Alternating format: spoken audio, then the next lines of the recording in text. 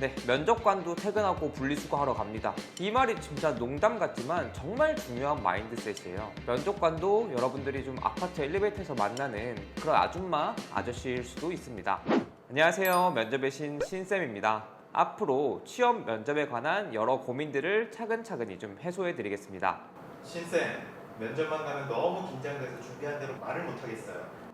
정말 좀 많은 분들이 좀 똑같은 고민을 하시거든요. 사실 면접에서 긴장하는 이유는 생각보다 단순합니다. 좀 있는 그대로의 내 모습이 아니라 너무 간절하고 혹은 너무 좀 잘하려고 하기 때문에 스스로 말리는 경우가 대부분이거든요. 그런데 좀 실제로 면접에서 좋은 인상을 주는 사람들은 유창하게 말하는 사람이 아니라 내 본연의 모습을 좀 자신감 있게 이렇게 좀 보여주는 사람들이에요.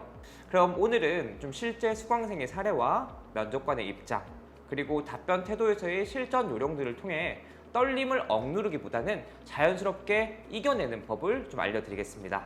자, 첫 번째로 말씀드리고 싶은 것은 붙고 싶을수록 잘하려 하고 잘하려 할수록 너무 긴장한다는 이런 점이건데요. 너무 간절한 마음, 좀 합격하고 싶은 마음 때문에 완벽한 답변과 막 정답을 좀 말하려고 하는 성향이 있는데 오히려 그러다 보면 더 긴장하고 혹은 버벅이고 내 모습을 좀 다 보여주지 못하는 이런 좀 경우들이 많아요. 실제로 한 수강생의 사례를 말씀드리려고 하는데 이분이 예전에 한 번에 한 3군데 정도 면접을 좀 앞두고 계셨는데 다른 곳들은 열심히 준비한 만큼 면접을 정말 잘 보고 오셨거든요. 그런데 그 중에 가장 가고 싶은 곳, 좀 최애 기업 면접에서만 너무 긴장하고 막 준비한 대로 막 얘기도 못하고 막 침묵하고 이래서 결국에는 떨어지셨어요. 근데 반대로 어차피 좀 떨어진다는 생각으로 조금 내려놓고 면접을 보고 왔는데 정작 좀 붙으신 사례도 있습니다.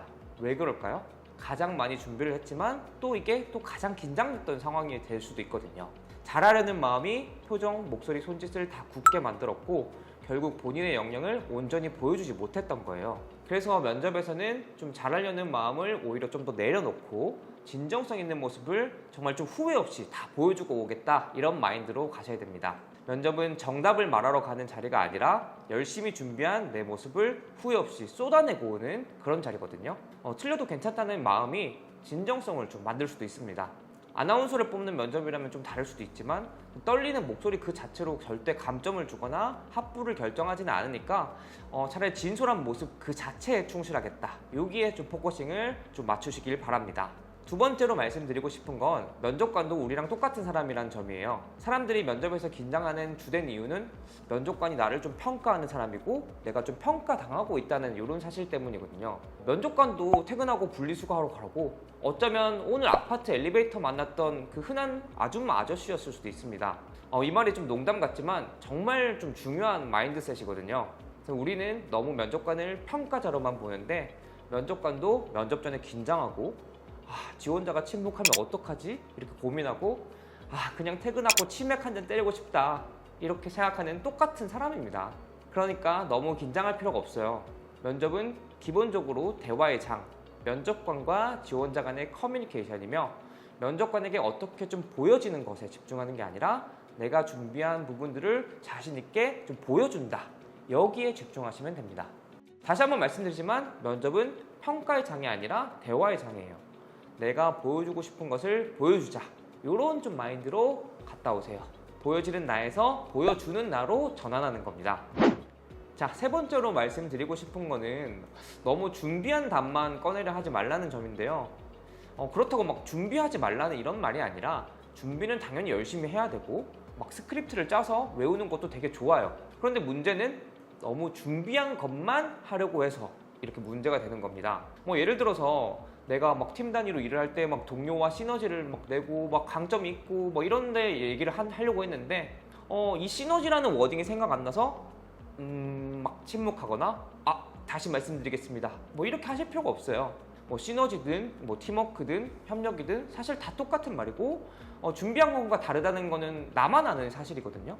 그래서 중요한 건 단어가 아니라 의도와 의미가 통하는 이런 부분이고 그래서 면접 준비는 좀 철저히 하되 실제 말을 할 때 매번 좀 토시가 다르게 말씀을 하신다, 이런 마인드로 답변을 하시는 게 좋습니다. 준비는 철저히, 표현은 유연하게. 내가 준비한 대로 안 나오는 건 어찌 보면 당연한 거고 실제 말은 또 매번 다르게 나가게 돼 있어요. 사실 그게 그런데 자연스러운 말하기의 첫걸음입니다.